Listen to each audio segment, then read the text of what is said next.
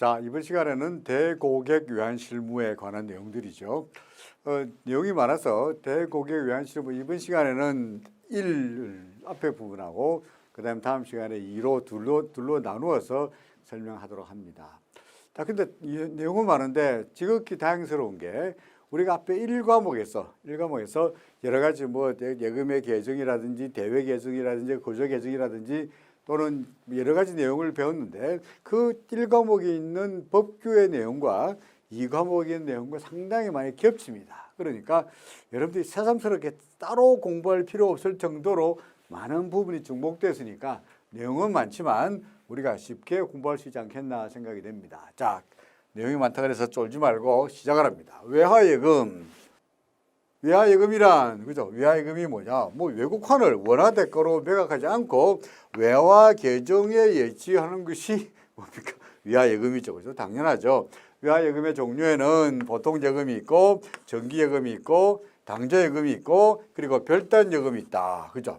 그다음에 외화예금의 가입 주체별로 거주자 계정이 있고 대외 계정이 있다. 그다음에 해외 이주자 계정이 있다. 외화예금의 종류가 세 가지겠죠, 그죠? 그래서 거주자 계정, 그다음에 대외 계정, 그다음에 해외 이주자 계정이 있다. 누가 이런지는 여러분들 다 1과목에서 배웠으리라고 생각하고 다 기억하고 있으리라고 믿어집니다만은 뒤쪽에 또 나옵니다. 그러니까 그때 다시 한번 기억을 되살리기를 하죠. 자, 넘어갑니다. 외화예금 거래의 특징. 만약에 달러에서 달러로 외화에서 외화예금 한다면 상관이 없는데 예를 들어서 원화를 대가로 외화를 예금할 경우에는 뭡니까? 환율이 계제하죠. 그죠? 원화를 가지고 달러를 사서 이 달러를 예금을 한다면 그죠? 달러에서 원화에서 달러로 갈 때 환율이 계제될 수밖에 없는 거죠. 당연한 얘기입니다. 그다음에 다양한 통화로 달러뿐만 아니고 엔도 되고 유로도 되고 그죠? 등등등등의 다양한 통화별로 예치가 가능하지만 금리는 어떻습니까? 달러 금리 다르고 엔화 금리 다르고 유로 금리 다르고 다 서로 다르죠. 그죠? 똑같은 금리가 적용되지는 않는다. 당연한 이야기. 그다음에 계정별로 가입 주체 및 예치 처분 사유가 지정돼 있죠. 그죠? 거주자 계정의 경우에는 뭐 들어가기는 쉽지만은 해외로 송금하기는 어렵다. 대외 계정은 들어가기는 어려우나 일단 들어가고 나면은 해외로 이체하기가 쉽다. 우리 1과목에서 다 배우시리라 생각됩니다. 결국 이런 것들이 예치나 처분의 사유가 지정되어 있고 제한이 있다. 각각 계정별로 다르다라는 이야기고. 그 다음에 환율 연동에 따르는 해지 수단을 제공하죠. 예를 들어서 달러 예금이 있다면 내가 달러 예금을 가지고 있는데 한 달 뒤에 그죠? 한 달 뒤에 예를 들어서 달러를 지급할 일이 있다. 뭐 그래서 수입 대금을 지급을 해야 할 일이 있다. 라고 하면 이 달러 예금이 없다면 그때 가서 한 달 뒤에 가서 달러를 사야 되니까 그때 가서 달러 대 원화 환율이 얼마가 될지에 따라 가지고 환율 리스크가 생기는데 지금 달러가 있다면 이 달러로 바로 한 달 뒤에 달러 예금으로 달러 지급 그 결제 대금을 결제해 버리면은 그죠? 환율에 대해서 상관없죠. 현재 달러가 있으니까. 결국은 환율 변동에 따르는 해지 수단을 제공한다. 그죠? 그다음에 여기서 원화를 가지고 달러로 입금할 때는 은행은 어떻게 됩니까? 고객이 원화로 달러를 살 때는 은행은 고객에게 달러를 팔죠. 그죠? 팔죠. 무슨 일로? 매도인데 현찰은 계제되지 않죠. 그죠? 예금이니까 뭡니까? 전신환 매도율이 적용될 거다. 그죠? 오케이. 그 다음에 외화예금의 거주자 계정이죠. 그죠? 거주자 계정. 누가 열죠? 국민인 거주자가 열죠. 그죠? 그러면 외국인 거주자는 외화예금 뭔입니까? 통상 외국인 거주자는 무슨 계정을 열어야 돼? 대외 계정을 열어야 돼. 뒤에 나오겠습니다만은 하지만 거주자 계정을 열 수 있는 외국인 거주자가 거주자 계정을 열 수 있는 경우가 있죠. 무슨 경우에? 사업을 목적으로. 그죠? 사업을 목적으로 할 경우에는 거주자 계정을 열 수 있다. 외국인 거주자가. 그다음에 그 외화예금에서 특히 거주자 계정의 과목에는 뭐 당좌예금, 보통예금, 정기예금, 정기적금 등이 들어가 있다. 그죠? 이게 별단예금은 없어요. 그죠? 별단예금은 거주자 계정에 들어가 있지 않죠. 그죠? 오케이. 그 다음에 외화예금에서 거주자 계정을 열 때 먼저 확인할 사항이 뭐냐? 그 거주자 계정에 들어가려고 그럴 때 은행에서는 뭘 확인해야 되느냐? 이 달러 들어가려 하는데요. 이 달러 어떤 달러에 이제 신고하셨어요? 라고 신고를 마치는지 확인해야 됩니다. 근데 굳이 확인할 필요가 없는 경우가 있습니다. 뭐냐? 일단 금액이 2만 달러 이하일 경우에는 2만 달러 이하 우리가 2만 달러 기준이 뭐였죠? 우리가 취득 경위를 확인하는 그죠? 취득 경위를 확인하는 경우의 기준 금액이 2만 달러였죠. 그죠? 그러니까 2만 달러 이하의 달러를 예금할 경우에는 취득 경위를 확인할 필요가 없으니까 그 달러 가지고 예금을 하든지 어든지 간에 굳이 신고를 마치든지 확인할 필요가 없다. 정부, 지방자치단체, 그 다음에 외국한 업무 지급기관, 예를 들어 은행 또는 환전상 이런 데서 예금을 받을 경우에는 뭐 굳이 물어볼 필요도 없는 것이고요. 또 하나 다른 거주자 계정에서 그 거주자 계정으로 이체할 경우에도 역시 확인할 필요가 없겠죠. 그죠? 오케이. 자, 그 다음에 거주자 계정을 열 때 이제 확인사항을 계속 이야기하고 있는데 자, 영수 확인서라고 있죠. 영수 확인서. 자, 우리 1과목에서 배웠습니다만은 영수 확인서 뭐 생각난 김에 한번 해보죠. 그죠? 영수 확인서 1번 누가? 국민인 거주자를 대상으로 하죠. 그죠? 외국인 거주자는 안 됨. 국민인 거주자. 두 번째 금액은 달러 5만 달러를 초과하는 해외 송금이 들어왔을 때죠. 그죠? 현찰 아니야. 송금 들어왔을 때. 세 번째 거기에 뭐라고 지급 사유가 그 취득 영수 확인서 근본 영수 확인서가 뭐죠? 소위 취득 경위를 입증하는 소위 서류가 없을 때 아니야. 그죠? 서류가 없을 때 영수 확인서를 받죠. 취득 경위 서류가 없을 때. 그러면 네 번째 취득 경위 서류가 없으니까 취득 경위가 어떻게 되는지 사유를 쓰죠. 그죠? 뭐라고 뭐 길에서 귀인을 만났는데 그 귀인이 나한테 예쁘다 그래서 10만 달러를 주더라.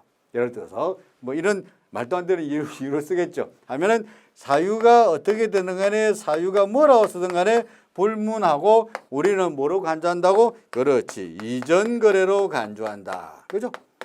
우리 앞에서 다 배웠죠. 1과목에서. 이게 영수 확인서의 키야. 자, 그래서 보겠습니다. 영수 확인서 5만 불을 초과하는 송금이 들어왔는데 취득 경위가 서류가 없을 때 받는다. 그 다음에 영주 사유가 뭐라고 하더라도 우리는 이전 거래로 간주한다. 그렇죠? 오케이. 그 다음에 세 번째. 그러면 영수 확인서를 받는데 이런 경우도 있어요. 수취인의 소재 불명으로 인해 가지고 송금된 달러부터 3영업일 이내로 영수 사유를 알 수 없는 경우에는 달러가 들어왔는데 수취인이 소재 불명이야. 근데 달러가 들어왔으니까 그 달러가 왜 들어왔는지 알아야 되는데 알 수가 없어요. 영수 사유를 알 수 없는 경우에는 3영업일까지 기다려보다 안 될 경우에는 그 다음 날에 영수 확인서를 받지 않고 영수 확인서 없이 그냥 이전 거래로 간주하여 예치할 수도 있다라는 말이죠. 그죠? 그러니까 달러가 들어왔는데 어떻게 들어왔는지 모를 때에는 영수 확인서를 받아야 되는데 영수 확인서 사람이 없어가지고 연락이 안 돼. 그럴 때는 사흘 동안 기다려보다가 그 다음 날에 영수 확인서 안 받고 어차피 영수 확인서가 있든 없든 간에 우리는 뭐로 간주해요? 이전 거래로 간주할 거니까 그렇게 안 받아도 된다 하는 말입니다. 그 다음에 외국 통화 또는 외화 표시 수표의 경우로서 고객의 취득 경위를 입증한 서류를 제출하지 않는 경우에도 우리는 뭐로 받습니까? 이전 거래로 간주하죠. 그죠? 그러니까 달러나 또는 현찰이나 예언자 수표의 경우에도 꼭 송금이 아니더라도 그 경우에도 취득 경위를 모를 때는 우리가 항상 이전 거래로 간주한다. 그죠? 서류가 없을 경우에 항상 이전 거래로 간주한다라는 말이 됩니다. 그 다음에 자 이제 거주자 계정을 팔아요. 처분해요. 거주자 계정을 처분할 때는 제한이 있어요? 없어요? 없어요. 없는데 반면에 일단은 처분이란 말은 뭐야? 달러가 있는 걸 갖다 원화로 바꾸는 데에는 제한이 없어.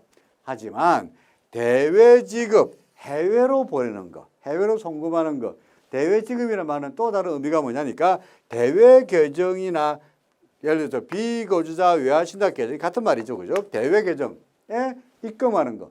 대외 계정이라는 것은 어차피 사실상 대외 계정이라는 것은 이게 사실상 해외에 있는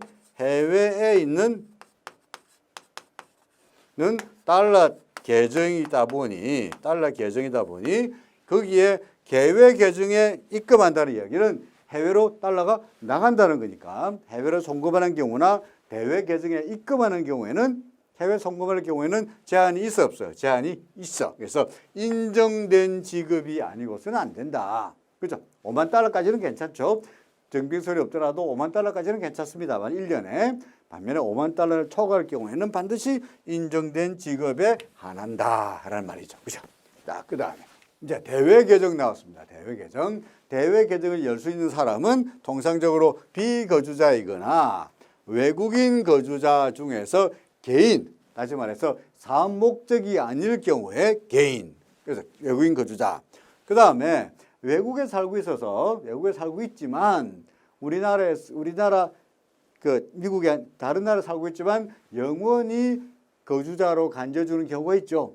미국에 10년 살았지만은 거주자로 취급해주는 경우가 뭡니까? 외교관, 그죠? 외교관이나 가족들, 제외공간에 근무한 사람들의 경우에는 이 사람은 거주자이니까, 외교관은 거주자이니까, 예를 들어서 주미, 그죠? 미국에 있는, 그죠? 주미 대사, 미국에 계시지만 한국 거주자죠, 그죠? 하지만 이분들은 외국에 살고 있으니까 거주자 계정을 열면 거주자이지만 거주자 계정을 열면은 해외로 송금이 자유로워요, 불안정해, 제한이 있어요. 제한이 있으니까 해외에서 살고 있는데 그 달러를 꺼내 쓰기가 어렵잖아. 그죠? 그래서 이분들은 거주자임에도 불구하고 무슨 계정을 열어야 돼? 대외 계정을 열어서 해외 이체 등등이 처분이 자유로운 계정을 만들어야 된다. 그래서 외교관도 또는 그 동거가족들도 뭐 만들어요? 대외 계정을 만든다라는 말이죠. 그죠? 오케이. 넘어갑니다.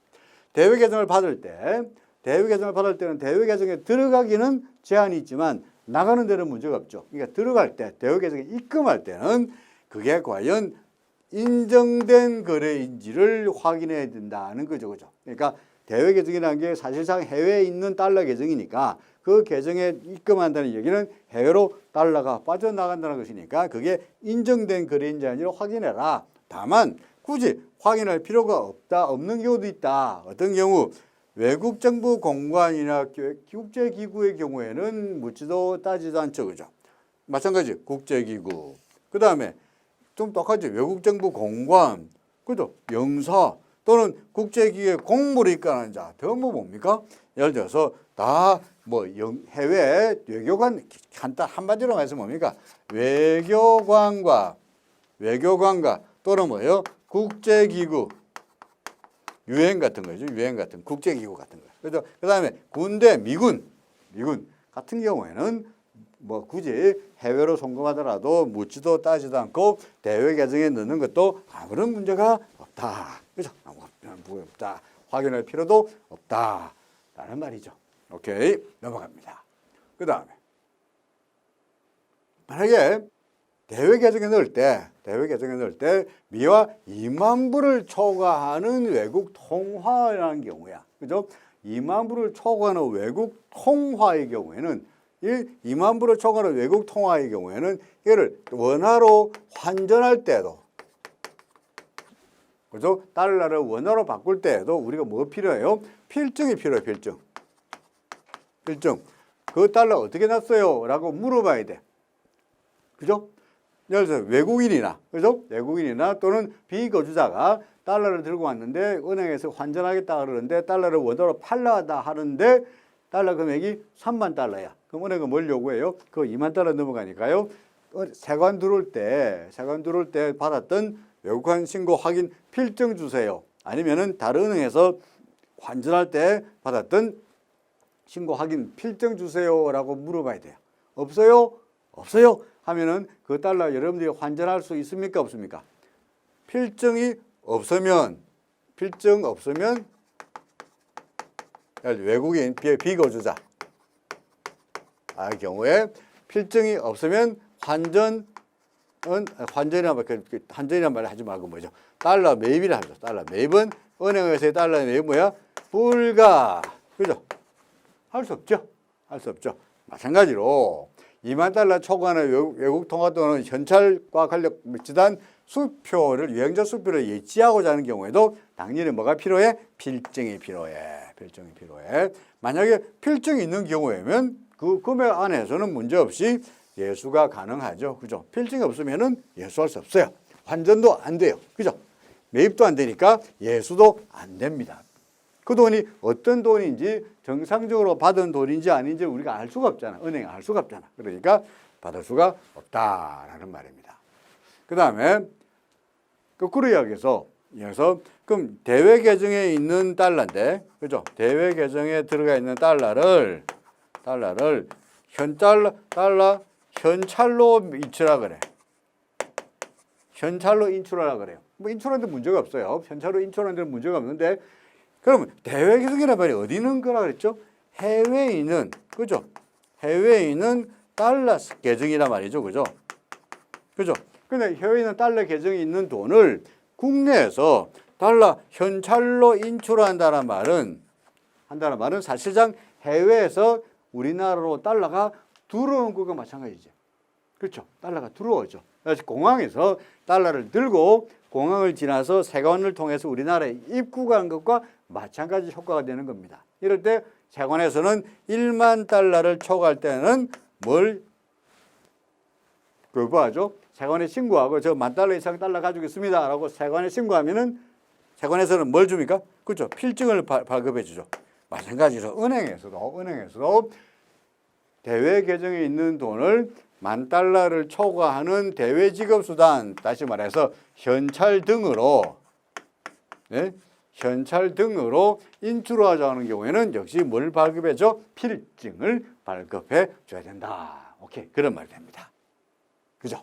그래야 말이 되죠. 그죠? 그 달러가 어떻게 생겼는지 우리가 알아야 될 거 아닙니까? 그걸 갖다가 확인해 주는 거죠. 이 달러는 대외 계정에 있던 돈이에요 라고 은행에서 정상적으로 들어왔던 돈이에요 라고 확인해 주는 게 필증이다 라는 말입니다.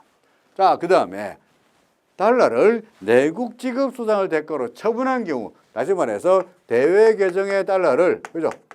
대외 계정의 달러를 뭐로 바꿔요? 원화로 바꿀 경우에 일단은 그 거래가 어떤 거래인지 신고 대상인지 여부를 확인해야 된다. 맞습니까? 확인해야 되는데 확인할 필요 없는 경우는 뭐야? 일단 2만 달러 이하일 경우에는 그죠? 항상 기준금액이 뭡니까? 2만 달러가 항상 우리가 취득 경위를 입증하는, 그죠? 그 달러 어떻게 났어요? 라고 물어보는, 취득 경위를 물어보는 가장 기본적인 기준이 되죠. 2만 달러가. 그러니까 2만 달러 이하일 경우에는 취득 경위 물어볼 필요도 없고 확인할 필요도 없고 그렇죠. 아무 필요 없습니다. 그렇죠. 자, 그 다음에 두 번째로 확인할 필요 없는 경우에, 그리고 또는 그 2-1에서 예외에 아래쪽에 예외에 해당되는 비거주자에게 처분하는 경우, 비거주자에게 주는 경우는 대외 계정에 있는 돈을 비거주자에게 처분하는 경우도 확인할 필요가 없다라는 말입니다. 그렇죠. 자, 그 다음에 외국인 또는 국민인 비거주자에게 내국 지급 수단을 대가로 대외 계정을 처분한 경우, 예를 들어서 외국인이나 그죠? 비거주자가 일단 대외 계정이 있는데 대외 계정의 달러를 원화로 바꾸겠다, 처분하겠다 라고 한다면 대외 계정이 해외에 있는 돈이니까, 그죠? 해외에 있는 달러니까 해외에 있는 달러가 원화로 들어오는 거죠. 달러가 우리나라로 들어오는 겁니다. 그럴 때 은행은 뭘 물어봅니까? 이 달러 원화로 왜 바꾸려고 그러세요? 처분 목적을 물어봐야 돼. 처분 목적을 물어봐야 돼. 그죠? 처분 목적을 모를 경우에는 뭐라고 합니까? 이거 해외 재산 반입으로 간주한다. 그죠? 해외에서 달러를 들어왔을 때 또는 은행에서 외국인이나 비거주자로부터 달러를 바꿀다 그럴 때 그때 이 달러 왜 바꾸자 그럽니까? 라고 물어봐야 됩니다. 그렇죠? 처분 목적을 물어봐야 됩니다. 그 다음에 외국인 거주자 또는 비거주자가 대외 계정 처분할 때 은행은 뭘 발급해 줍니까? 그렇죠. 달러 샀습니다. 그렇죠. 매입 증명서. 그렇죠. 매입 증명서를 발급해 줘야 되죠. 그죠? 그래야 나중에 다시 재환전할 때 혹시 달러를 원화로 바꿨다가 다시 원화로 가지고 다시 달러로 바꿀 때 그 매입 증명서가 있어야 뭐가 되지? 실적이 되고 이 실적 범위 내에서 재환전이 가능하죠. 그죠? 그러니까 매입 증명서를 당연히 끊어줘야 됩니다. 이 달러 샀어요 하고 끊어줘야 됩니다. 그렇죠. 오케이. 그 다음으로 외화예금의 업무를 하는 기본 사항에 대해서 차근차근 알아봅니다. 먼저 외화예금 개설할 때 신청일로부터 거래 신청서 받고 도장 찍고 사인을 받는다. 당연한 이야기. 예치 통화는 무슨 통화든 상관이 없는데 기본적으로 아무 통화나 다 되는 것이 아니라 뭐가 되느냐? 외화자금 관련 부서에서 해당 통화의 유동성이나 자금 운용 여부 등을 감안하여서 결정합니다. 예를 들어서 모든 통화가 다 예금할 수 있는 건 아니다 이거죠. 뭐 제가 그런 돈이 있는지 잘 모르겠습니다만은 예를 들어서 아프리카의 어디에 아프리카 어디에 조그만 소국이 있다 합시다. 뭐 아프리카에 조그만 나라 소국, 조그만 나라에 조그만 나라 그 나라의 돈 뭐 뭔지 모르겠는데 이름을 잘 모르겠는데 뭐 예를 들어서 이상한 조그만 돈이 있다 합시다. 거의 뭐 그 전 세계에서 이름을 모를 정도로 희귀한 돈을 그 나라에서 쓰는 거야. 그 나라에서 세계에서 그래도 돈 중에 하나긴 합니다만은 그 돈을 은행에서 예금을 받아봤자 그래도 안 되고 그죠? 뭐 운영할 수도 없고 그렇겠죠. 그런 돈은 받아올 수 있어 없어. 그러니까 해당 회화자금 관련 부서에서 예금을 받으면 손님한테 이자를 주려면 그 돈을 운용을 해야 되니까 운용할 수 있는 통화여야만이 예금을 받을 수 있겠죠. 그러니까 이런 돈은 받을 수 있지만 그 외에 통화는 예금을 받을 수가 없어요 라고 정합니다. 그래서 정하겠죠. 자, 그 다음에 만기죠. 그죠? 외화예금의 만기입니다. 만기는 뭐 요구불 예금의 경우에는 뭐 당조예금 같은 경우에 보통예금 같은 경우에는 만기가 없죠. 그죠? 하지만 정기예금의 경우에는 만기가 있죠. 예를 들어서 월 단위, 연 단위다. 이렇게 석 달이다. 오늘이 예를 들어서 5월 20일 날 넣었다. 그죠? 만기가 어떻게 합니까? 그 기간의 마지막 달의 입금일, 그 기간의 마지막 달의 입금일. 다시 말해 석 달이니까 5월이니까 6월, 7월, 8월. 한 달, 두 달, 석 달에 8월에 며칠 20일. 그죠? 8월 20일이 뭐가 되죠? 만기가 된다. 그죠? 된다는 이야기고요. 그 다음에 일 단위는 뭐예요? 7일이다. 그러면 7일 세가지고 하루 이틀 세가지고 7일께 되는 날이 만기가 되고, 그죠? 7일 세고 나서 그 다음 달이 당연히 만기가 되겠죠. 그죠? 뭐 이런 거 만기일입니다. 자, 그 다음에 이자 계산은 어떻게 하느냐? 이자 계산은요. 그죠? 예를 들어서 입금일로부터 지급일 전일까지의 이자죠. 예를 들어서 아까 이야기했듯이 5월 20일로 해가지고 8월 20일이었던가 8월 20일이 만기다.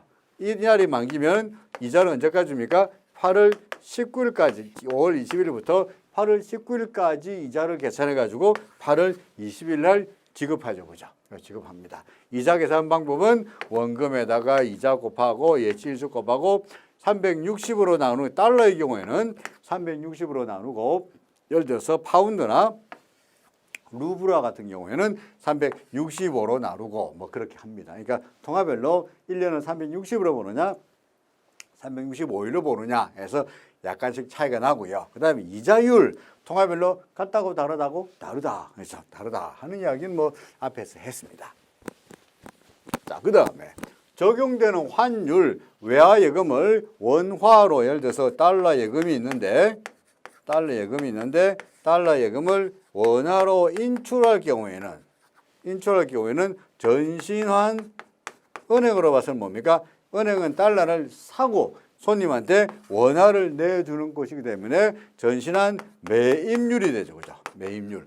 반면에 손님이 그 전에 원화를 가지고 달러 예금을 하겠다고 했을 때는 은행에서는 손님에게 달러를 팔았어. 손님이 그 달러를 예금하는 것이기 때문에 마찬가지로 이 경우에는 어떤 환율이 전신한 매도율이 적용된다고 설명했죠. 그 앞에서 나왔죠. 그러니까 예금할 때는 전신한 매도율로 은행에 손님한테 달러를 팔아줘서 손님이 그 달러로 예금하고 나중에 그 달러 예금을 다시 찾을 때는 원화로 바꿀 때는 손님이 은행에게 달러를 파는 것이고 은행은 손님한테 그 달러를 사는 것이기 때문에 매임률이 적용된다.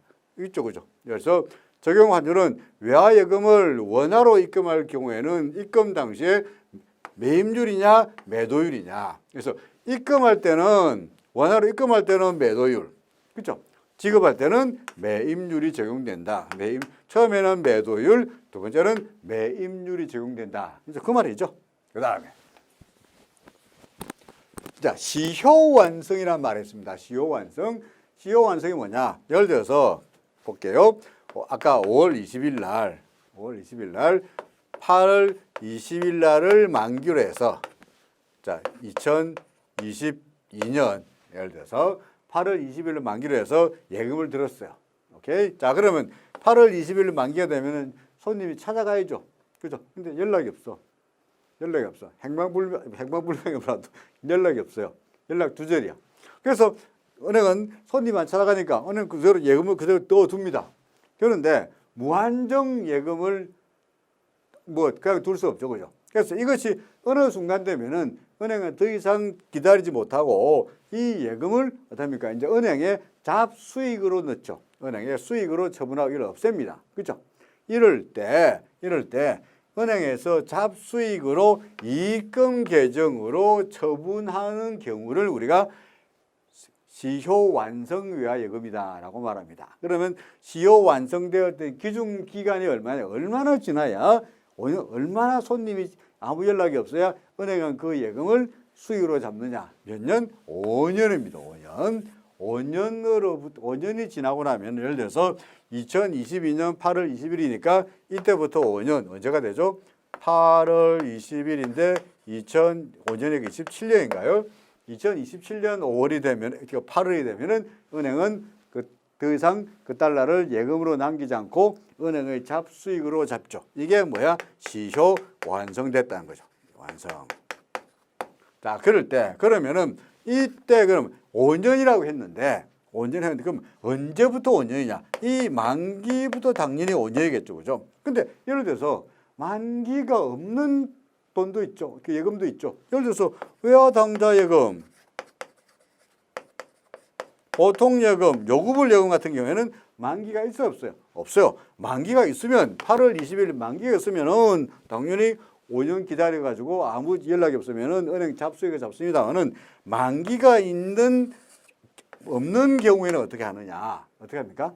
최종 거래일로부터 시작해서 마지막으로 이 예금에서 거래가 있었던 날, 예를 들어서 이자를 찾아가거나 얼마라도 인출해 나가거나 최종적으로 거래가 있던 날로부터 시작해서 5년 동안 아무런 거래도 없고 잠잠하고 손님으로부터 연락이 없고 아무 일도 없다. 이럴 때 시효 완성이 됩니다. 보겠습니다. 그래서 최종 거래일, 그래서 최종 거래일 또는 만기일로부터 5년 됩니다. 그리고 적용 환율의 경우에는 은행에서 시효 완성됐다 그래서 그 달러를 원화로 바꿀 때는 손님한테서 달러 사는 것이 아니죠. 그죠? 사긴 합니다. 손님이 판 게 아니죠. 손님은 연락도 없고 은행에서 자의적으로 그 달러를 원화로 바꿔가지고 영업의 수익으로 잡는 것이기 때문에 무슨 환율로? 매매 기준율로 하는데 단 은행에서 마음대로 5년 지났다 그래서 시효 완성됐다 그래서 그 잡수익으로 영업 외 수익으로 잡을 수 없는 경우가 있습니다. 어떤 경우야? 정권 투자 전용 계좌, 그 다음에 외화 당좌 계좌 같은 또는 별도로 정한 사항이 있는 경우에는 이익금으로 처분하지 않는다. 따라서 만기가 없는 경우에 외화 당좌는 만기가 없습니다만은 시효 완성하지 않고 보통 예금의 경우에만 보통 예금의 만기가 없는 보통 예금의 경우에만 만기가 됐을 때 만기가 거래가 없을 때 5년 동안 거래가 없을 때 최종 거래로부터 5년 이후에 시효 완성이라 그래서 은행은 잡수익으로 잡는다 하는 이야기죠, 그죠? 그래서 시효 완성이 안 되는 경우도 있었죠. 뭡니까? 등급 투자 그리고 외화 당좌예금 같은 경우에는 은행에서 잡수익을 안 잡는다 하는 것도 기억해 두셔야 되겠네요. 자, 그 다음에 그럼 소멸시효 기산일 뭐 이야기했죠. 입출금이 자유로운 위하예금 같은 경우에 보통 예금 같은 경우에는 아까 이야기했듯이 최종 거래일, 그 다음에 거주식 예금, 정기예금 같은 경우에는 만기일, 그죠? 만기일. 근데 만기 이후에도 이자를 지급했다. 손님이 그걸 찾아갔다 할 경우에는 마찬가지 최종 거래니까 손님이 이자를 찾아갔으면 그 이자를 찾아간 날로부터 몇 년? 5년. 그죠? 어쨌든 최종 거래일로부터 5년이다. 뭔가 거래가 있었던 날로부터 5년이다라는 말입니다. 자, 그 다음에 시효가 완성됐는데 손님이 5년, 6년 지난 다음에 갑자기 나타나서 옛날에 내 은행에 예금해뒀는데 그 돈 주세요 라고 하면은 은행은 어떻게 됩니까? 자, 보세요. 예를 들어서 5월 20일 날 2022년 5월 20일 날 예금했어. 그래서 8월 20일 2022년 8월 20일로 해서 만기가 됐어요. 됐는데 아무런 연락이 없어. 그래서 은행은 기다리다 못해가지고 8월 20일 2027년 8월 20일 날 이거 이제 끝났다라고 이제 시효 완성. 그래서 은행은 영업의 수익으로 잡고 끝냈어요. 끝냈더니 됐는데 8월 20일 지났는데 예를 들어서 뭐 10월 1일 날 2028년 10월 1일 날 손님이 쫙 나타나가지고는 옛날에 나 2022년 5월 20일에 예금해가지고 2022년은 8월 20일 날 만기되는 달러 예금이 있었는데 그거 주세요 그러는 거예요. 주세요. 은행은 무슨 소리야? 당신이 2022년 8월 20일 만기됐는데 5년 동안 기다렸는데 연락이 없어가지고 우리가 그거 수익으로 잡았어요. 못 줘요. 할 수 있어요? 없어요? 없어요. 은행은 달라 그러면 도로 줘야 됩니다. 그죠? 그럼 어떻게 합니까? 전에 수익으로 잡았으니까 도로 반환하면서 손님한테 그 달러를 도로 내주면서 이제는 뭐로 잡아야 됩니까? 손실로 잡아야죠. 그죠? 손실로 수익을 잡았으니까 당연히 이제는 손실로 떨어야 됩니다. 오케이. 그 다음에 그러면 이번에는 이자는 어떻게 해요? 이자. 자, 8월 20일까지는 이때는 당연히 당초에 예를 들어서 당초에 얼마 하기로 약정된 금리가 있겠죠. 당초에 약정된 금리를 당연히 이때 주겠죠. 맞습니까? 그 다음에 자 만기가 됐어. 근데 시효 완성될 때까지는 손님이 찾아가지도 않고 아무것도 안 했는데 이때는 어떤 금리가 적용되느냐? 마찬가지로 당초에 약정됐던 애초에 이 약정됐던 금리를 그대로 계산하여서 이날 지급합니다. 그러면 시효가 완성되고 나서 이후에 이 동안의 기간은 다시 말해서 2020년 8월부터 시작해서 찾아가는 날 2028년 10월 달까지의 예금 이자는 어떻게 되느냐? 여기 나오죠. 예화 보통 예금의 이자율입니다. 그러니까 여기서부터 시작해서 여기까지는 외화 보통 예금의 이자율을 지급합니다. 예금의 금리를 지급하게 되어 있다 하는 이야기죠. 자, 보세요. 그래서 보면은 자, 손실로 잡는다. 도로 찾아갈 경우 내줘야 됩니다. 손실금으로 잡고 그다음에 이익금 처리 전까지는 그 예금에 정해진 이자율, 당초 약정된 금리를 적용하고 이익금 처리하기 전날 소위 시효 완성되기까지는 이자율 적용하고 시효 완성되고 나서 그때부터 찾아가기 전까지는 외화 보통 예금의 이자율 적용한다라고 되어 있죠, 그죠? 이것도 상당히 까다로운 내용인데 참 실제 사례에서 은행은 일단 시효 완성해서 은행에 수익을 잡았다가 손님이 도로 달라 그러면 당연히 도로 내줘야 된다. 뭐 그런 이야기가 됩니다. 그렇죠. 자, 그 다음에 이제 외화 보통 예금입니다. 보통 예금 요구를 예금이고 수지 입출이 가능하고 평균 잔액에 대해서 이자를 지급하고 하루씩 이자를 불이하는데 통상 하루짜리 리보 또는 하루짜리 마켓 뭡니까? 오퍼튜니티 레이트라고 해서 평균 금리를 말합니다. 그래서 시장 평균 금리에다가 일정 수준의 스프레드나 지준율을 감안해 가지고 이자율을 결정하죠. 예를 들어서 리보 레이트가 뭐 예를 들어서 3%다 하면은 여기에다가 은행의 수수료 스프레드를 감안해서 뭐 0.5%를 빼고 예를 들어서 2.5%를 이자로 지급한다 하는 이야기죠. 그죠? 그다음에 결산이자. 결산이자는 언제 지급합니까? 결산일 날 지급하는 것이 아니라 은행들 다 아시죠. 그죠? 결산일 되다 하면 언제? 그 다음 날에 원금에다가 더해 가지고 이자를 주죠. 그죠? 그러니까 그 다음 날 준다. 외화 예금의 경우에. 그다음에 외화 당좌 예금의 경우에는 요금을 예금이지만 당좌니까 이자를 주지 않죠. 근데 통상적으로 당좌 예금의 경우에는 당좌 예금의 가장 큰 장점이 뭐냐니까 이자는 없으나 예를 들어서 수표를 발행할 수 있죠. 그죠? 체크를 발행하죠. 우리가 외국 영화 보면은 여기다가 달러 얼마라고 하고 싹 사인해가지고 쫙 주잖아, 그죠? 이것도 외화 당좌 수표야.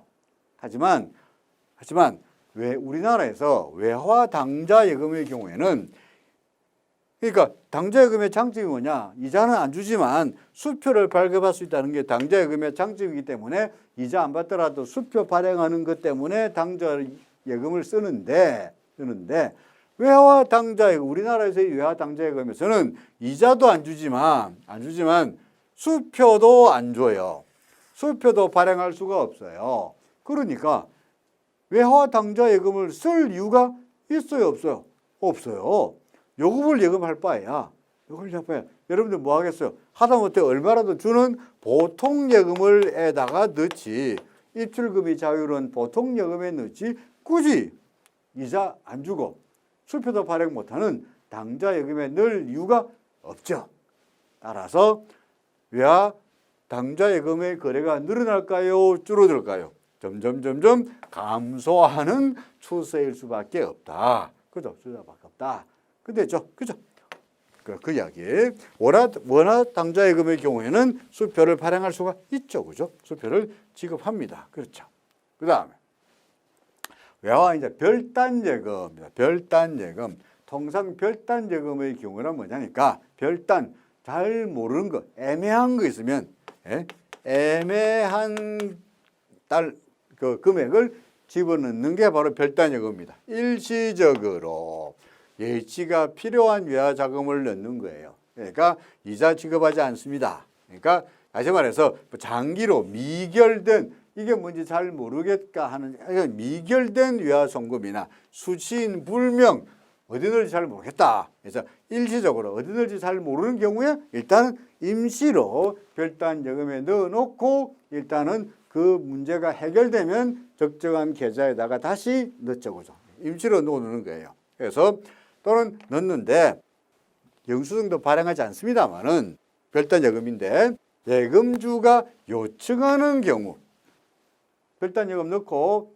임시로 넣었는데 예금주가 그 임시로 들어가서 별단 예금 넣었다는 영수증 주세요라고 하면 뭐 당연히 영수증을 발행해 줘야 된다는 이야기입니다. 그렇죠? 이자 줍니까? 별단 예금 안 줍니다. 그죠? 임시로 넣었으니까 이자 지급하지 않습니다. 자, 그다음에 외화 정기예금 예를 들어서 알다시피 일정한 약정 기간에 따라 가지고 만기일에 원금과 이자를 준다. 또는 예금주가 별도의 요청이 있는 경우에는 매달 이자를 지급할 수도 있다. 그다음에 만기일 이후에 지급 청구 시 아까 이야기했죠.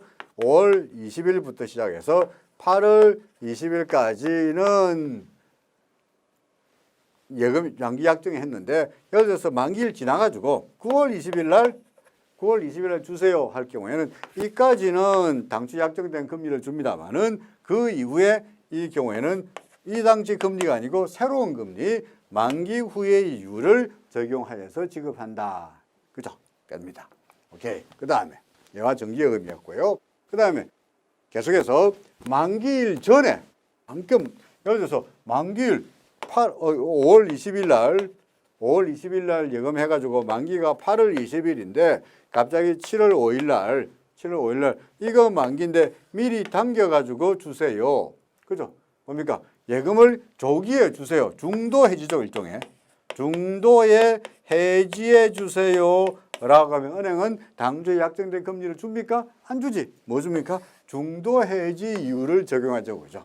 중도 해지 이율을 지정하죠. 그럼 미리 한 달씩 해가지고 예를 들어서 7월 5일인데 한 달씩 해가지고 6월 말에 6월 말에 이자 줬다. 이자 지급했다. 할 때는 어떻게 합니까? 당연히 그거 빼고 줘야죠. 그죠? 빼고 지급합니다. 그 다음에 장기 예금으로 계약을 변경할 때는 예를 들어서 본래 5월 20일 날에서 8월 20일까지 했는데 7월 5일 날 장기로 5년 동안 예를 들어서 5년 동안 장기로 예금하고 싶다 하더라도 원래 당초 예금이 8월 20일이었는데 만기가 8월 20일이었는데 5월 20일로 땡겨가지고 새롭게 예금하는 것이니까 이게 뭡니까? 중도 해지로 간주해야 되겠죠. 그죠? 그래서 변경적 예금의 약정 이자율을 중도 해지 이자율로 적용한다. 그런 이야기예요. 그 다음에 계약기간이 그럼 자동갱신의 경우입니다. 자동갱신은 뭡니까?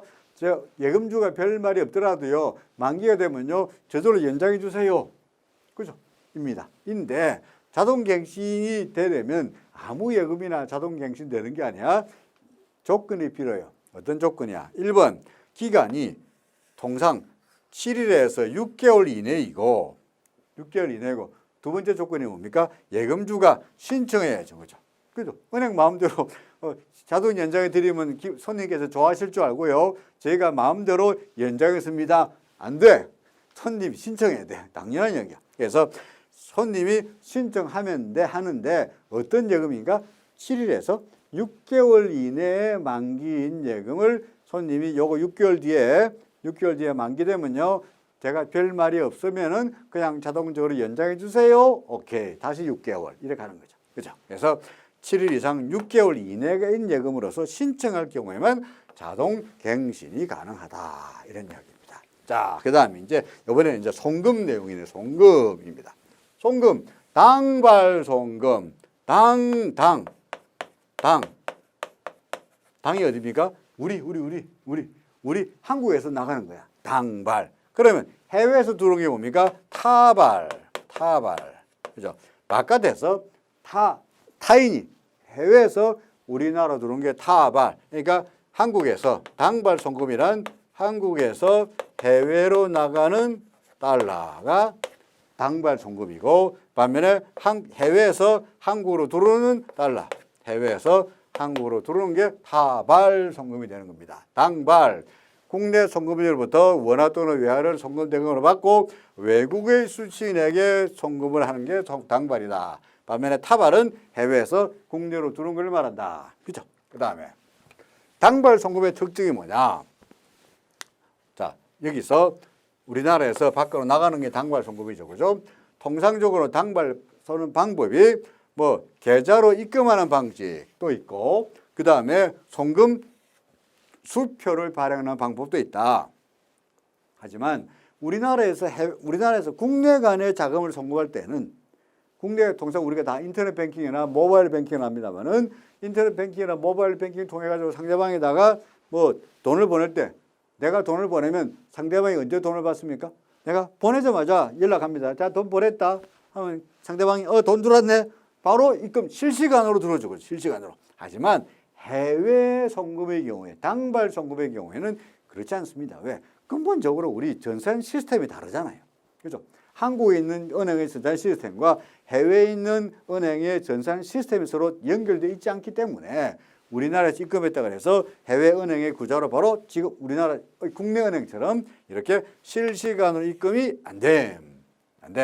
그 다음에 원화를 대가로 송금할 경우에는 원화를 가지고 달러로 바꿔서 송금할 경우에는 뭐가 환율이 개재되므로 환율의 변동에 따라서 환차손이나 환차익이 발생할 수 있다. 외국환 거래법에서 정하는 인정된 거래에 한해서만 송금이 가능하죠. 그러면 인정된 거래가 아닐 경우에, 다시 말해서 서류가 없을 경우에는 뭐합니까? 1년에 5만 달러까지는 가능하죠.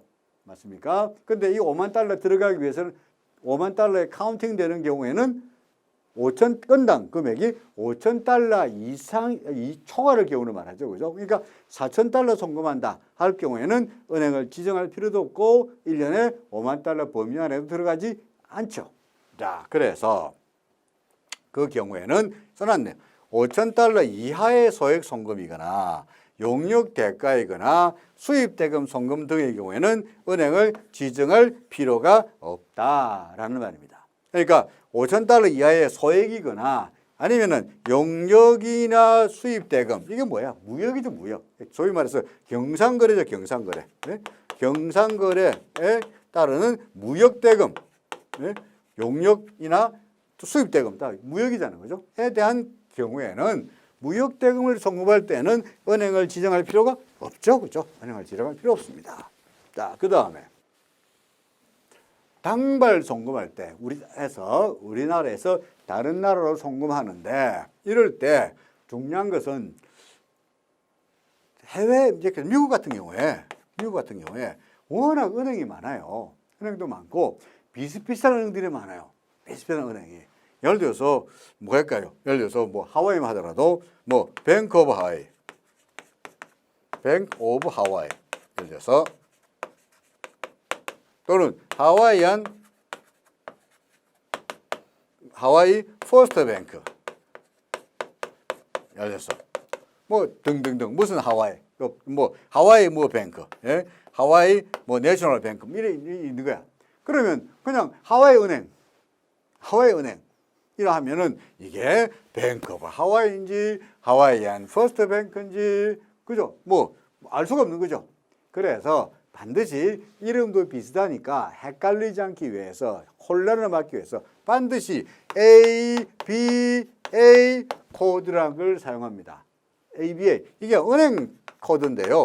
ABA가 뭐냐니까 American Bankers Association, 미국 은행협회의 넘버, 소위 은행 코드예요. 은행 코드를 넣으면 안 헷갈리겠죠. 예를 들어서 ABA 넘버, Bank of Hawaii 라고 이거 ABA 넘버 예를 들어서 12347 하면 12347이라고 하면은 그게 이게 뱅크 오브 하와이구나라고 우리가 즉각 아는 거예요. 그죠? 그래서 뱅크 오브 하와이 같은 뭐 뱅크 오브 하와이뿐만 아니고 이 미국의 경우에는 이 은행 코드를 반드시 입력을 해야만이 정확한 은행으로 갈 수가 있죠. 이 은행 코드가 자 미국의 경우에는 ABA라고 합니다. 미국은 ABA. 그다음에 또는 루팅이라 그러기도 해요. 루팅 넘버. 루팅, 그 루트를 찾아라요. 루팅 넘버. 그다음에 영국의 경우에는 소트, 캐나다의 경우에는 트랜짓, 호주의 경우에는 BSB, 그다음에 유럽의 경우에는 아이반 코드 등등을 씁니다. 뉴질랜드는 별로 명칭이 없습니다만은 이런 식으로 각 국가별로의 은행 코드를 반드시 명기해야 됩니다. 그렇죠? 자, 미국은 뭐야? ABA. 영국은 뭐야? 소트. 유럽은 뭐야? 아이반. 그러니까 아이반이 뭐니까 아이뱅크 코드 그런 뜻이에요. 아이뱅크 코드. 그러니까 크하고 오하고 붙여가지고 아이반이 되는 거죠, 그죠? 그러니까 유럽은 아이뱅 코드, 캐나다는 트랜짓 코드, 그죠? 호주는 BSB 코드 이런 식으로 ABA는 아메리칸 뱅크스 어소시에이션 미국 은행협회라는 약자입니다만 이런 식으로 각국별로 은행 코드를 적어줘야 혼란이 없다. 정확한 은행으로 송금이 가능하다는 말입니다. 자, 해외로 송금할 때 송금의 여러 가지 종류가 있는데 일단 보내는 방법에 따라 가지고 TT로 전신으로 보내는 경우가 있고요. MT 메일로 보내는 방법이 있습니다. TT가 뭐죠? 통상 우리가 옛날에는 텔렉스를 이용했는데 텔렉스 뭐 여러분들 텔렉스가 어떤지 구경도 못하겠습니다만 전신으로 통해서 이용했는데 지금은 텔렉스 안 쓰고요. 다 뭐습니까? 스위프트 쓰죠. 스위프트가 뭐가 똑같다 그랬지? 우리가 생각하는 이메일하고 똑같은 거예요. 이메일. 그러니까 이메일을 통해 가지고 어디에다가 달러를 보내주세요 라고 송금합니다. 이게 이메일입니다. 스위프트입니다. 그러니까 스위프트 보내면은 빠를까 늦을까요? 빠르죠. 빠르죠. 착 갑니다. 그 다음에 비용은 싸지요. 그죠? 비용도 싸지요. 그러니까 가장 널리 사용되는 게 통상 TT입니다. TT 스위프트로 통해서 보내는 방법이고요. MT는 뭐냐니까 여기에다가 레터에다가 페이먼 오다, 네? 페이먼트 오다 해서 여기다가 종이에다가 달러 금액 뭐 $10,000 상기 금액을 누구누구에게 보내주세요 라고 해서 뭐 예를 들어서 서울은행 뭐 영어로 쓰겠습니다만 서울은행에서 사인해가지고 이걸 봉투에 넣어서 상대방 은행에다가 우편으로 보내는 거예요. 우편으로. 빠르겠어요? 늦죠? 요새 쓸까요? 안 씁니다. 쓰겠어요. 특별하게 우편으로 보낸 손편지 같은 게야 요새야 우리 편지 쓰는 거야. 그야말로 감동을 전하기 위해서 손편지 쓰고 우편을 씁니다만은 웬만하면 다 뭐합니까? MS 그 문자로 보내고 카톡하고 아니면은 메일을 보내지 연락할 때 편지 안 쓰는 것처럼 지금은 MT 안 씁니다. 뭐 쓰죠? 다 스위프트 TT를 쓰게 되어 있죠. 그 외에 이제 송금수표를 쓰는 경우는 간혹 있어요. 송금수표를 쓰는 경우는 어떤 경우가 있느냐? 예를 들어서 은행에서 송금수표를 사서 송금수표 뭐 달러 예를 들어서 $50,000를 사서 이 실물을 해외로 봉투에 넣어가지고 보내면 그 송금 수취인은 그 송금 수표를 받아서 은행에 가서 달러로 바꾸는 이런 식의 송금 수표 거래는 가끔 있습니다. 어떤 경우가 있느냐? 수취인이 해외 은행에 수취 계좌가 없어. 그 계좌로 넣으려고 그러니까 수취인이 계좌가 없어요. 그럴 때는 수표를 보내가지고 그 수표를 그쪽에서 자기가 직접 바꾸도록 해야 되겠죠. 실물을. 또 하나 예를 들어서 우리 등록금 보낼 때 혹은 소액으로 보낼 때 이럴 때는 송금수표를 쓰는 경우가 있다 하는 겁니다. 기간이 빨리 걸릴까요? 늦게 걸릴까요? 당연히 늦게 걸립니다. 그죠? 실물을 보내야 되다 보니까 배를 타고 비행기를 타고 그 우편물이 해외로 날아가야 되다 보니까 시간이 오래 걸리고 스위프트보다는 늦습니다만은 금액이 작을 경우나 또는 등록금 보낼 경우나 아니면 계좌에 없을 경우에는 뭐 송금수표라도 씁니다. 그렇죠? 자, 그 다음에 일단은 퇴결이라는 말씀, 퇴결이라는 말이 뭐냐? 쉽게 말해서 당발 송금으로 보냈는데 수취인이 수취불능이야. 달러를 보냈는데 예를 들어서 미국에 아까 뱅크 오브 하와이 하겠습니다는 뱅크 오브 하와이에 있는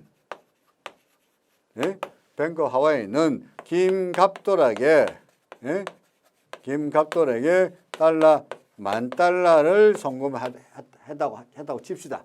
그런데 예를 들어서 그래서 우리 송금을 했어요. 한국에서 송금을 했어. 그랬더니 그쪽에서 상대방 은행에서 뭐라고 어떤 연락이 왔나니까 뱅크 오브 하와이에 김갑돌이라는 사람 없어요. 수취인 없어요. 라고 수취 불명이 날라옵니다. 그럼 어떡합니까? 그 거래를 취소해야 되죠. 그 거래를 취소하는 게 퇴결입니다. 그러면 퇴결 요청 시 중개은행이나 그리고 지급은행에다가 퇴결 요청 전문을 발송하여서 그 처리를 승인을 받아야만이 퇴결이 됩니다. 그러니까 상대방에다가 보냈는데 수취인 불명이다 했을 때 그러면 그거 취소해 주세요라고 연락하고요. 하고 그쪽에서 오케이 이 거래는 없어도 됩니다 하고 그쪽에서 승인을 받아야 우리가 취소할 수 있는 것이지 그쪽에서 수취인 불명입니다라는 연락을 받았는데 우리 마음대로 취소해버리면은 상대방에서 지금 보니까 찾았다 라고 하면 이제 문제가 옳잡아지니까 그쪽에서 오케이 그 거래는 취소합니다라는 승인을 받아야 된다. 그런데 이제 퇴결할 경우에도 어차피 그 상대방 은행은 중개은행은 예를 들어서 달러가 한국에서 가면은 예를 들어서 한국에 있는 은행에, 한국의 서울은행에 의 달러 구자가, 달러 계좌가 뭐 예를 들어 뱅크 뭐다 그럴까요? 뭐 JP 모간이 있다 합시다. JP 모간 뉴욕에 있다고 하십시다. 네? JP 모간 뉴욕에 있으니까 서울은행은 뭐라고 하느냐? JP 모간 뉴욕에다가 스위프트를 보내서 일단 내 구자에서, 내 JP 모간에 있는 서울은행 구자에서 데빗 달러, $10,000 나를 빼서 and 크레딧 same amount $10,000를 어디? to 어디야? Bank of 하와이에 홍길동 어카운트로 넣어주세요 라고 스위프트 메시지를 JP모간 뉴욕에다가 보내죠. 그러면 JP모간 뉴욕에서는 이 계좌를, 이 전문을 받고 스위프트 메시지를 받고, 스위프트 메시지가 뭐였죠? MT103 그죠? 송금의 경우입니다. MT103이 이게 스위프트 결제 송금 메시지예요. 그래서 받고, 그럼 JP모간 뉴욕에서는 어떻습니까? 이 사람, 이 뱅크 오브 서울은행에 구자에서 $10,000를 빼서 어디로? 이 달러를 어디로? 뱅크 오브 하와이에, 그죠? 하와이에 $10,000를 넣어줍니다. 그러면 뱅크 오브 하와이에서는 $10,000 받고 이 달러를 어디에다가? 홍길동에다가 구자에다가 넣어주겠죠, 그죠? 이런 식으로 해서 홍길동 구자에 돈이 들어오게 되는 거야. 하지만 찾아보니까 김갑돌이었던가? 홍길동이 아니고 홍길동 이렇게간에 갑니다. 근데 문제는 뱅크 오브 하와이에서 홍길동 구자 없어요 라고 연락이 오면 이 JP모간 뉴욕이 이게 중개은행이고, 그죠? 중개은행이고, 마지막으로 이쪽이 이게 수취은행이 아니겠어요? 수취은행이죠. 그러니까 이 두 은행한테부터 오케이 이거 옛날에 얼마 전에 $10,000 보내려 했던 거 다 취소가 돼야 된다는 거죠. 승인 전문을 받아라. 두 번째로, 그래도 JP모간 뉴욕은 이 메시지를 받고 뱅크 오브 하와이에다가 $10,000 보내는 일을 했으니까 일에 따르는 수수료는 받죠. 그러니까 거래가 취소됐다 그러면은 돈을 안 받는 게 아니고, 거래가 취소되었어도 체결 수수료는 일했으니까 에 따르는 수수료는 받습니다. 자, 그럼 달러가 나갔다가 한국으로 도로 들어왔어요. 못 갔어요. 그러면 손님한테 연락합니다. 손님이 예전에 며칠 전에 하와이 뱅크 오브 하와이에 있는 홍길동 구자로 $10,000 송금하셨는데요. 그 달러 수취불명이라고 도로 돌아왔습니다. 그러면 손님이 그렇군요. 그럼 도로 찾아갈게요. 어떻습니까? 달러 다시 원화로 내줘야 되겠죠. 무슨 원화로? 환율이 무슨 환율입니까? 은행에 그 달러 샀으니까 원화로 내주니까, 은행에 달러 샀으니까 뭐로? 매입률을 적용하여서 도로 내줍니다. 언제? 지급할 때, 송금할 때? 아니야. 돌아왔을 때, 손님이 원화로 찾아갈 때 그때의 환율로, 무슨 환율? 매입률, 전실한 매입률로 환산해서 달러를 원화로 바꿔서 손님한테 주죠. 그죠? 오케이. 자, 해외 송금의 경우가 이런 프로세스가 된다 하는 내용입니다. 자, 그 다음에 이번에는 이제 타발. 해외에서 우리나라로 달러가 들어왔죠. 그죠? 타발. 이럴 때 예금주하고 수취계좌 예금주하고 그 다음에 수취인하고가 다를 때 계좌번호는 맞는데, 예를 들어서 남바 1 해외에서 달러가 들어오기로 1, 2, 3, 4, 5 뭐 김중근 오케이. 내 구자로 뱅크 서울은행에 있는 1, 2, 3, 4, 5 구자 김중근으로 달러가 들어왔어요. 그런데 계좌번호를 맞는데 1, 2, 3, 4, 5는 맞는데 김중근이 아니고 이중근이야. 이중근이에요. 그러면은 이 달러 줄 수 있어요, 없어요? 없어요. 이름이 다르면 안 돼요. 그래서 수취인 이름이 다르면은 지급 불가입니다. 지급 불가.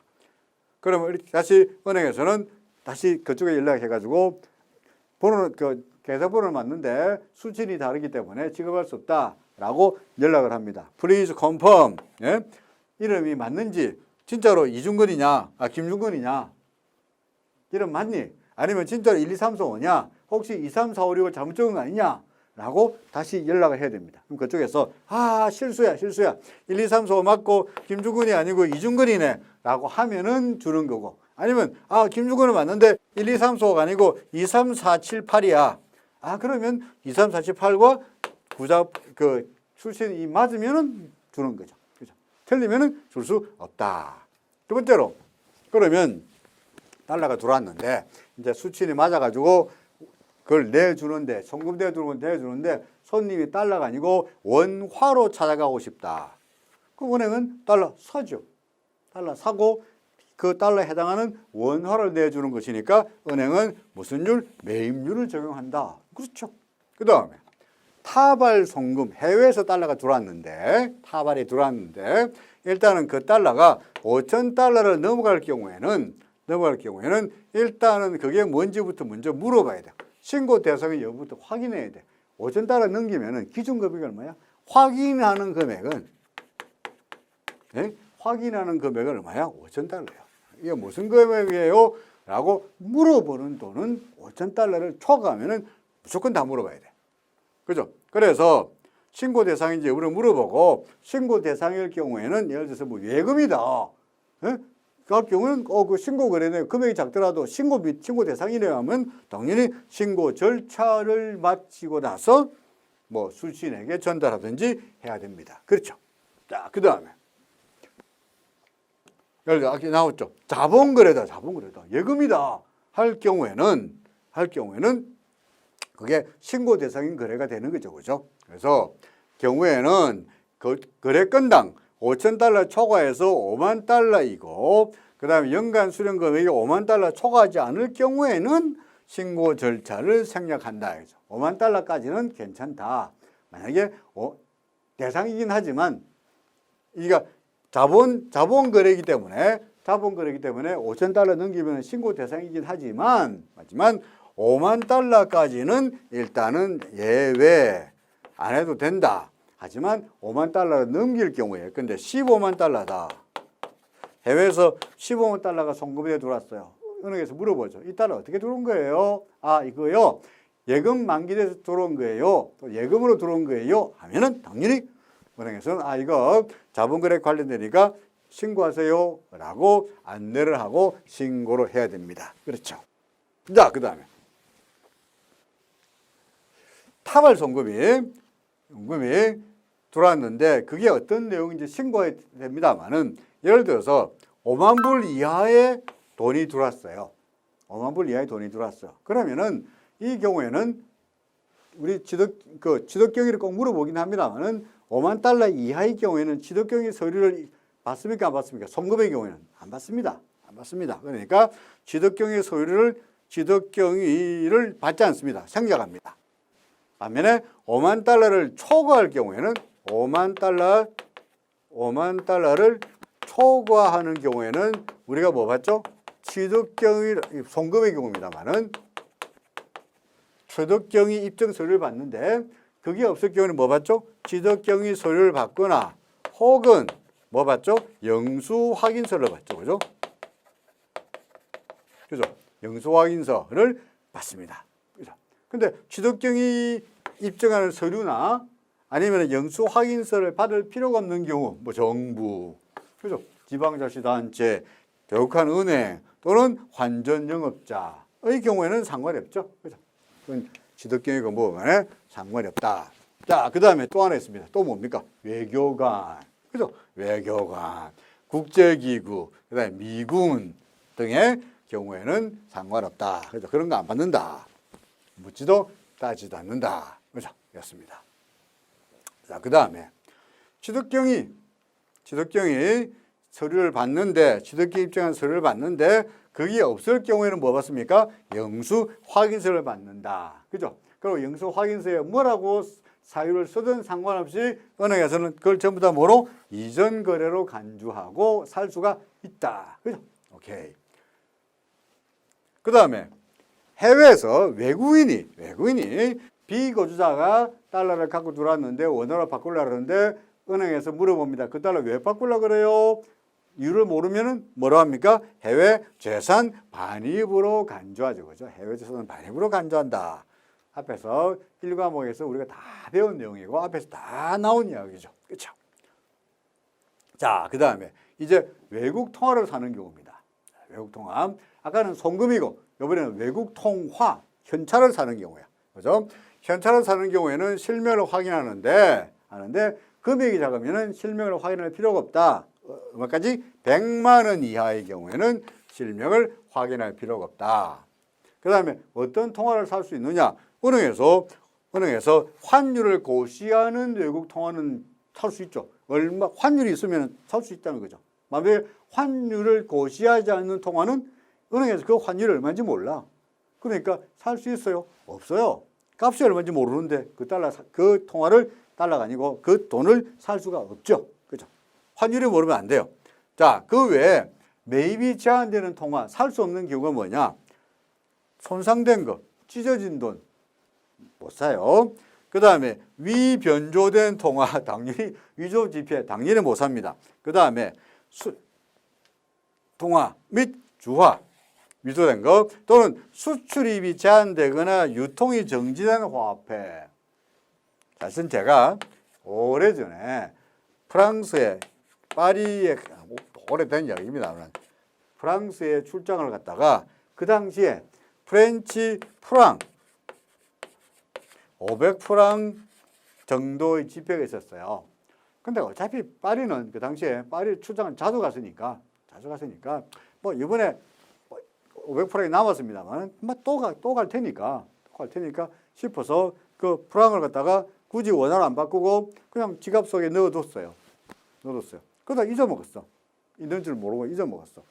그러다가 깜빡해가지고 1999년 1월 1일 이제 프랑스에서 프랑으로 안 쓰고 뭡니까? 유로화로 바뀌었고, 그죠? 그러니까 그 이후에는 이제 프렌치 프랑이라는 돈은 역사의 뒤안길로 사라져 버렸죠. 이제 와서 은행에 가서 저 예전에요, 저 프렌치 프랑 이게 위조 지폐도 아니고 프렌치 프랑이 있는데 500프랑이 있는데 이거 원화로 바꿔주세요 하면 은행에서 바꿔줍니까? 안 바꿔주죠. 이미 유통이 정지됐어. 그죠? 그는 이제 이 프랑은 어디로 가야 됩니까? 뭐 화폐 수집상, 그죠? 기념품이 되거나 기념주화가 되거나 뭐 박물관에 가거나 뭐 이렇게 돼야 되겠죠. 뭐 500프랑짜리를 박물관에 가지는 않겠습니다만은 결국 저는 그래서 어떻게 된 겁니까? 500프랑을 어떻게 했다고? 날렸다. 그죠? 못 쓰게 됐다. 유통이 정지된 화폐는 못 바꿉니다. 그죠? 자, 그 다음에 위조 지폐를 발견했어요. 은행에서 어떻게 합니까? 첫 번째, 실물을 회수하죠. 그죠? 그래서 실물을 회수해서 은행이 보관하는 것이 아니라 어디합니까? 경찰에 줍니다. 그리고 실물은 경찰에 인도하죠. 그죠? 그래야 됩니다. 그 다음에 은행에서는 그 실물을 은행에서 경찰이 실물을 가져갔다는 증빙만 가지고 있으면 됩니다. 실물을 가지고 있으면 안 됩니다. 그죠? 그 다음에 우리가 외국 통화를 살 때, 은행에서 달러 살 때의 이야기입니다. 자, 현찰의 경우에 2만 달러 초과할 경우에 거주자로부터 달러를 사는 경우입니다. 국민 있는 거주자로부터 2만 달러 초과했으니까 우리는 뭐 받습니까? 취득경위 맞습니까? 그래서 취득경위를 입증하는 서류 받습니다. 그 다음에 외국인으로부터는 뭐 받느냐? 뭐 받습니까? 필증 받죠. 필증. 그죠? 필증을 받습니다. 그러니까 국민 거주한테는 필증이 아니고 뭐야? 취득경위 입증하는 서류를 받아요. 근데 굳이 취득경위를 입증하는 서류가 필요 없는 경우가 있죠. 뭡니까? 금액이 적으면 2만 달러 이하의 경우는 안 받습니다. 정부 지방자치단체 안 받습니다. 그죠? 그 다음에 또 뭐야? 거주자 계정이 있는 달러를 살 때는 받을 필요가 없죠. 그죠? 거주자 계정에 있는 예치된 달러를 살 경우에는 어차피 그 달러가 거주자 계정에 있는 것이기 때문에 받을 필요가 없죠. 오케이, 그 이야기. 자, 그 다음에 이번에는 비거주자로부터 2만 달러 초과하는 현찰을 살 경우입니다. 취득경위를 입증하는 서류 주세요. 통상 뭐 받습니까? 필증 받죠. 보자. 필증. 예를 들어서 외국인 신고 확인 필증이나 또는 한국은행이 발행하는 대외지급 수단 매매 신고 필증, 이거 한국은행이 발행합니다. 그죠? 통상 외국인 신고 확인 필증 어디서 발급합니까? 한국에 들어올 때 세관이 발급하거나 또는 은행이 발급하죠. 그죠? 그죠? 그런데 이거 없어요. 없어요. 그러면은 이거 없으면은 비거주자가 달러를 팔라 하는데 취득경위를 입증하는 필증이 없다. 은행을 살 수 있어요? 없어요? 없어요. 매입 불가. 못 사. 근데 취득경위를 입증하는 서류를 안 내도 되는 경우가 있습니다. 뭡니까? 금액이 작으면 안 내고 또는 외교관. 그죠? 외교관 할 때는 받을 필요 없죠. 뭐 외교관이나 또는 국제기구, UN 등에서는 취득경위 필요 없죠. 자, 우리 여기까지 공부했죠. 그죠? 자, 다음 시간에도 이어서 같은 내용에 대해서 좀 더 구체적으로 공부해 보도록 하겠습니다. 이번 시간 여러분들 수고 많으셨습니다. 다음 시간에 뵙겠습니다.